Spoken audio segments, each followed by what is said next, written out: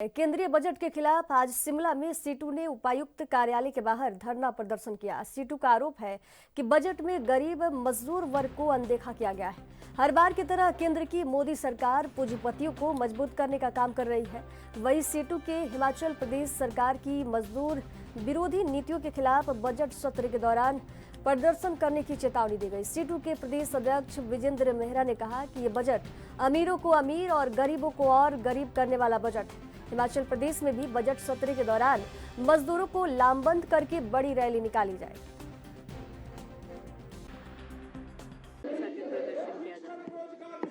Situ और अखिल भारतीय किसान सभा और दूसरे जो किसान और मजदूर संगठन हैं, उनके आह्वान पर आज का प्रदर्शन किया जा रहा है। राष्ट्रव्यापी प्रदर्शन है आज। आपको मालूम है अभी केंद्र सरकार ने बजट प्रस्तुत किया है। हमारा सीधा मानना यह है कि पिछले 10 वर्षों से लगातार केंद्र की जो मोदी सरकार है वो पूंजीपतियों के हित में ही काम कर रही है, और उसका प्रतिबिंबन कुछ इस रूप में होता है कि अगर पिछले 15 वर्ष का आकलन किया जाए तो जो अमीर लोग हैं, खरबपति लोग हैं, पूंजीपति है, औद्योगिक घराने हैं, उनकी धन दौलत संपदा बहुत ज़्यादा बड़ी है, उनके मुनाफे बहुत ज़्यादा बड़े हैं। 15 साल के उच्चतम स्तर पर चल रहे हैं उनके मुनाफे। और दूसरी ओर जो मजदूर हैं, पिछले 15 साल में अगर आकलन किया जाए और विशेष तौर पर जो कोविड काल आया था, जब भारी पैमाने पर जो छटनी हुई थी, उससे पहले भी जो मजदूरों की स्थिति थी, बुरी स्थिति, उससे भी पीछे चला गया मजदूरों की स्थिति।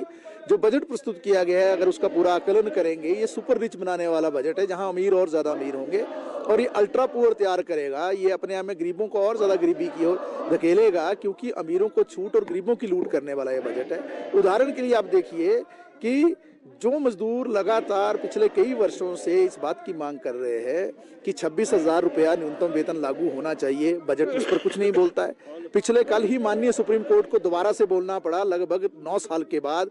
2016 में एक निर्णय दिया था सुप्रीम कोर्ट ने, समान काम का समान वेतन कच्चे पक्के मजदूर के लिए। वो पिछले कल फिर से उसकी पुनरावृत्ति कर दी माननीय सुप्रीम कोर्ट ने कि मिलना चाहिए वेतन, उस पर ये बजट कुछ नहीं बोलता है। आप देखिए मिड डे मील का जो बजट है, आज से 3 साल पहले जो बजट था उससे नीचे चला गया है। आंगनबाड़ी का बजट बेशक 150 करोड़ बढ़ाया, लेकिन अगर महंगाई से उसका आकलन करेंगे और जो बजट का जो वॉल्यूम है इस बार और पिछले बार की अपेक्षा, तो वो बजट नीचे चला गया।